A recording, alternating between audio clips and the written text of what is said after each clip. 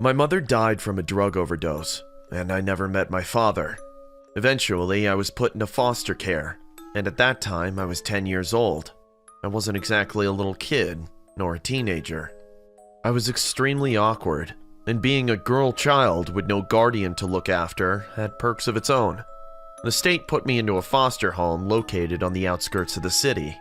The house belonged to a woman named Mona, who was in her late 40s. She ran the foster home with 5 kids, including me. Her boyfriend often came to visit her.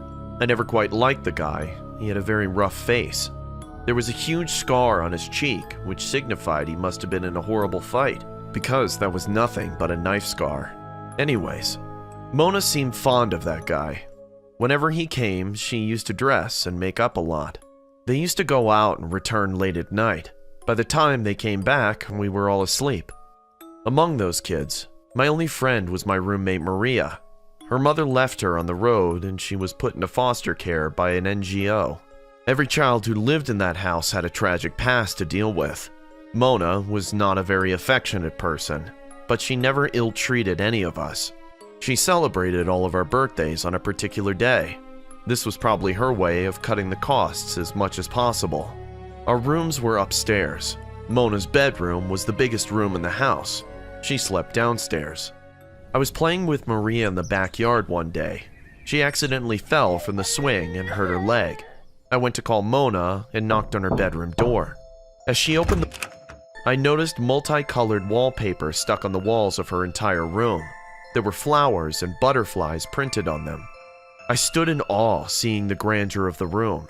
Her room seemed like a different world altogether because of those vibrant wallpapers. She went to get Maria, but I stood there and kept looking around. Mona got busy with Maria in the living room. I was taking a close look at the wallpaper when suddenly a woman whispered in my ear, "Help me." I jumped back immediately out of shock. I looked around, but I was the only one standing in that room at the moment. I didn't understand. Was it all my imagination, or did I really hear a woman's voice? "Hello? Is there anybody here?" I said nervously. No reply came back, but I started to hear a whispering sound. I concentrated on the sound and figured out it was coming from the bedroom wall right in front of me. I got closer and placed my ear on the wall. "What are you doing?" I turned around and saw Mona standing there and looking at me with a surprised face. Nothing. I was just watching the wallpaper. You have a beautiful room, Mona," I said. "Well, thank you, sweetheart. Come on, let's go. It's time for lunch," she replied. Without wasting a single second more, I left the room with a very awkward face. I knew she saw me leaning on the wall and listening, like a crazy person. A few months passed. 2 kids got adopted, and it was only the 3 of us left in that house. Maria, a boy named Tony, and myself. Tony was younger than us, hence he always listened to us. One day, Mona was working in the kitchen when suddenly a leak took place under the kitchen sink. She called Marco for help. Marco came and started to check out the leak on the pipeline. I was sitting at the kitchen table and watching him work. "I think there's a screw that needs to be tightened."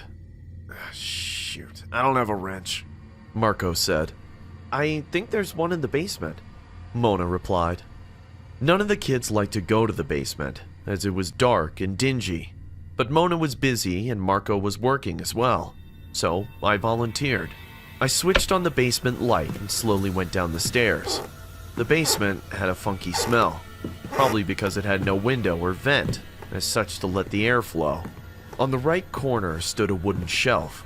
I saw the wrench sitting on the shelf. I walked to pick it up just when I noticed a big trunk in the left corner.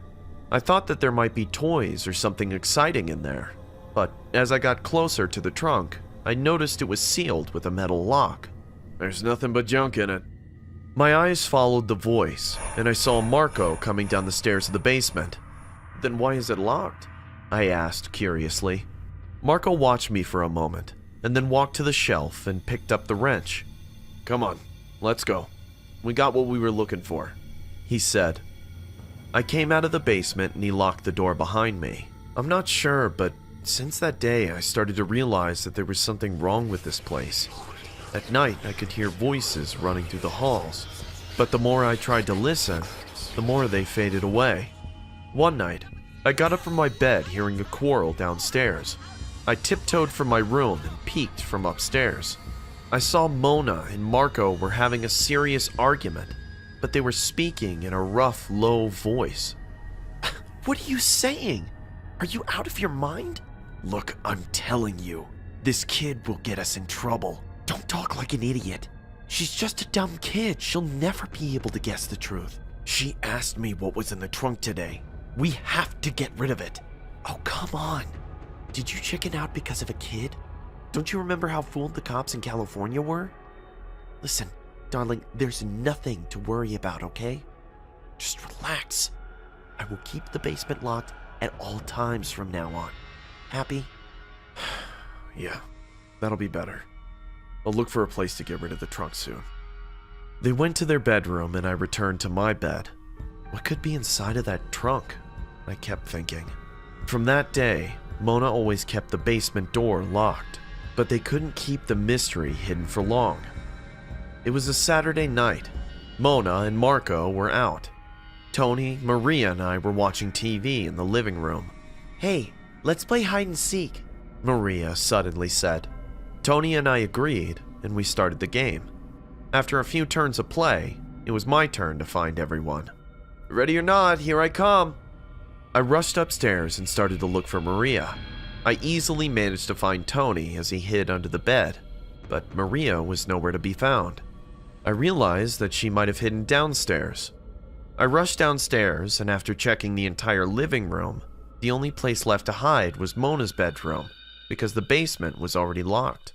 I pushed the door of Mona's room and said, I know you're hiding in here somewhere, Maria.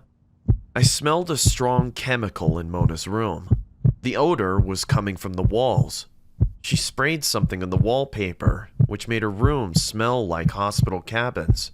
I walked close to the right wall and checked the vibrant wallpaper pasted on it.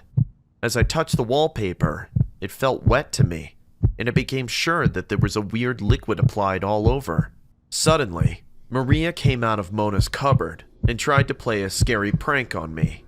As she went to grab my neck from behind, I turned around and skillfully dodged her, which resulted in her stumbling upon the wall. As soon as she fell onto the soggy wallpaper, she accidentally tore it, creating a hole. Hundreds of ants and spiders started to crawl out from that hole. It was clear that these insects lived underneath the wallpaper.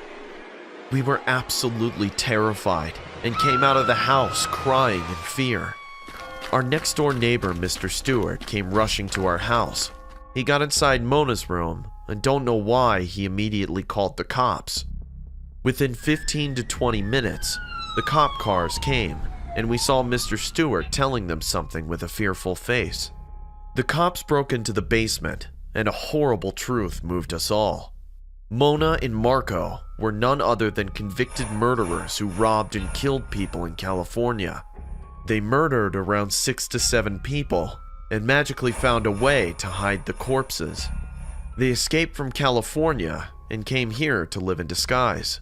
But the cops found out that the bones of those victims were kept in that trunk.